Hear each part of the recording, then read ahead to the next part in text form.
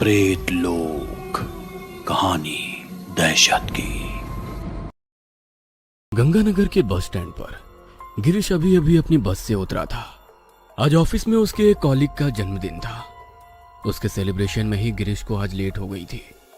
रात के लगभग 1:30 बज रहे थे। रात के सन्नाटे में कुत्तों के रोने की आवाज साफ सुनाई दे रही थी। बर्थडे पार्टी में उसने कुछ ज्यादा ही शराब पी ली थी, इसलिए वो धीमे धीमे लड़खड़ाते हुए कदमों से आगे की ओर बढ़ रहा था कि तभी उसे एहसास हुआ कि कोई साया उसके साथ उसके पीछे पीछे चल रहा है।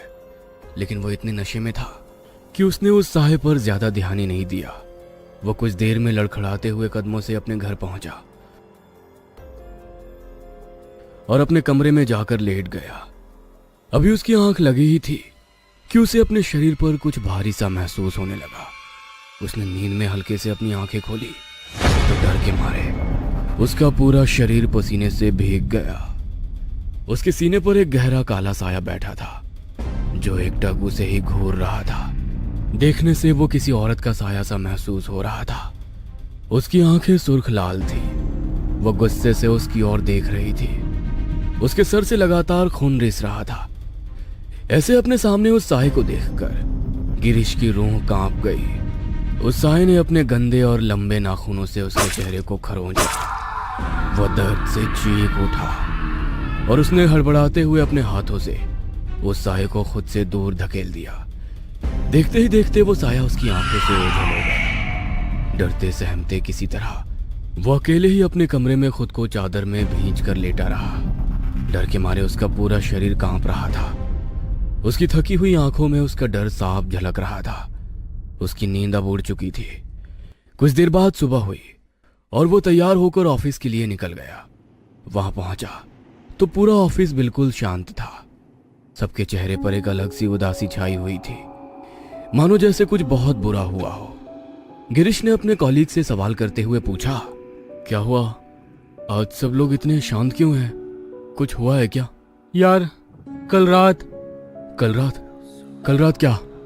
कल रात घर जाते हुए एक रोड एक्सीडेंट में प्रिया की मौत हो गई। प्रिया की मौत की खबर सुनते ही गिरीश अचानक घबरा गया और उसे अपने साथ हुआ रात का हादसा याद आने लगा। कहीं वो साया प्रिया ही तो नहीं थी?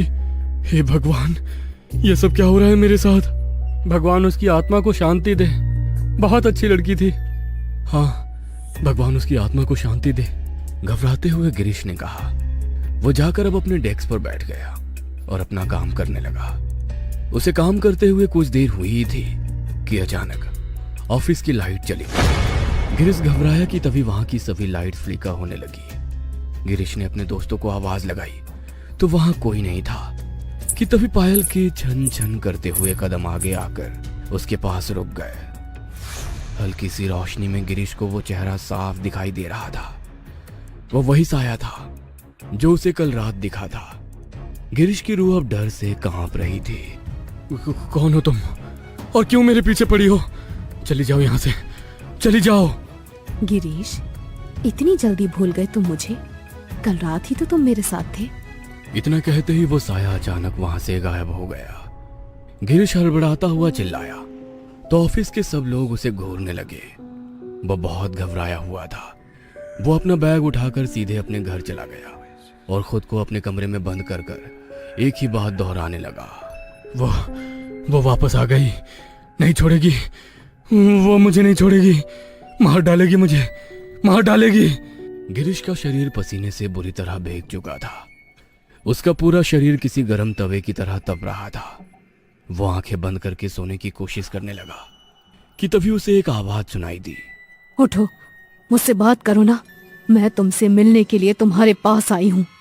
उस आवाज को सुनकर उसने डरते हुए अपनी आंखें खोली तो वो साया उनकी तरफ देखकर भयानक तरीके से मुस्कुरा रहा था।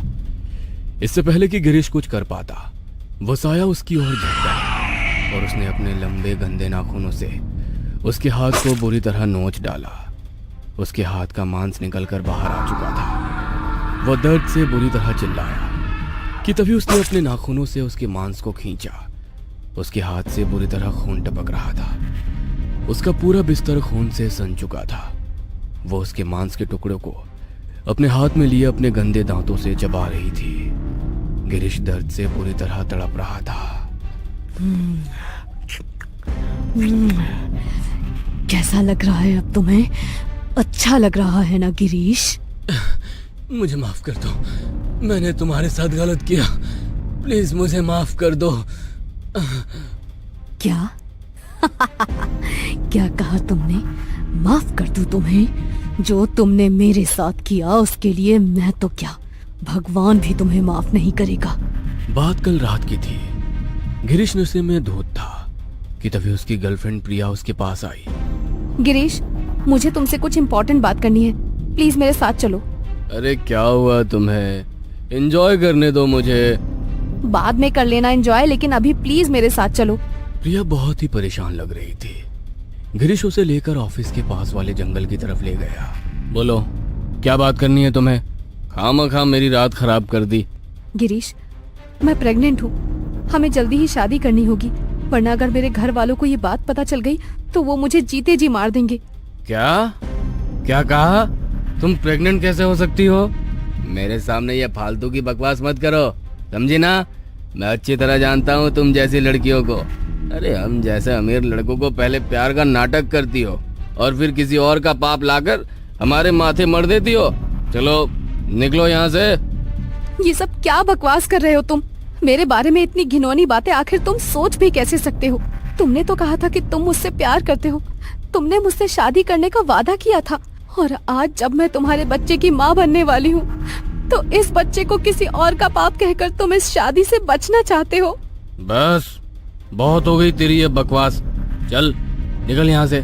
और अगर गलती से भी आज के बाद तूने मेरे सामने आने की हिम्मत की तो वो तेरा आखिरी दिन होगा, समझी ना? चल निकल यहाँ से। तुम्हें क्या लगता है कि मैं इतनी आसानी से तुम्हें जाने दूंगी?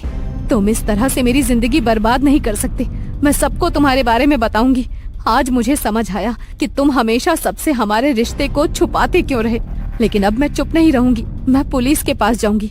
तब तो तुम्हें मुझे और इस बच्चे को हर हालत में अपनाना ही पड़ेगा। प्रिया के मुंह से पुलिस की धमकी सुनकर गिरीश बुरी तरह घबरा गया, क्योंकि वो पहले से ही शादीशुदा था।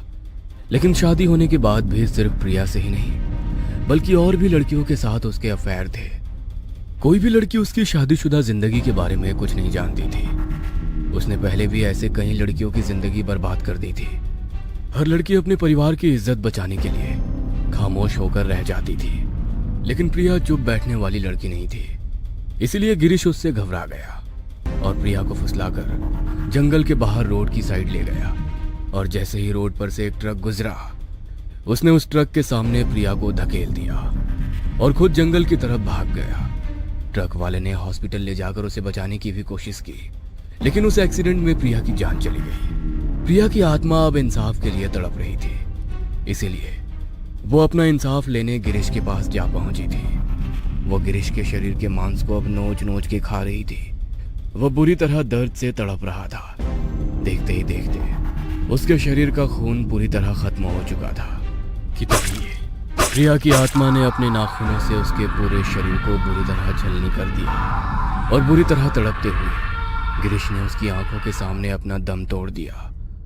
अब शायद प्रिया की रूह शांत हो गई थी। उसे अब उसकी जिंदगी तो वापस नहीं मिल सकती थी, लेकिन उसने खुद ही अपने लिए इंसाफ जरूर कर दिया था।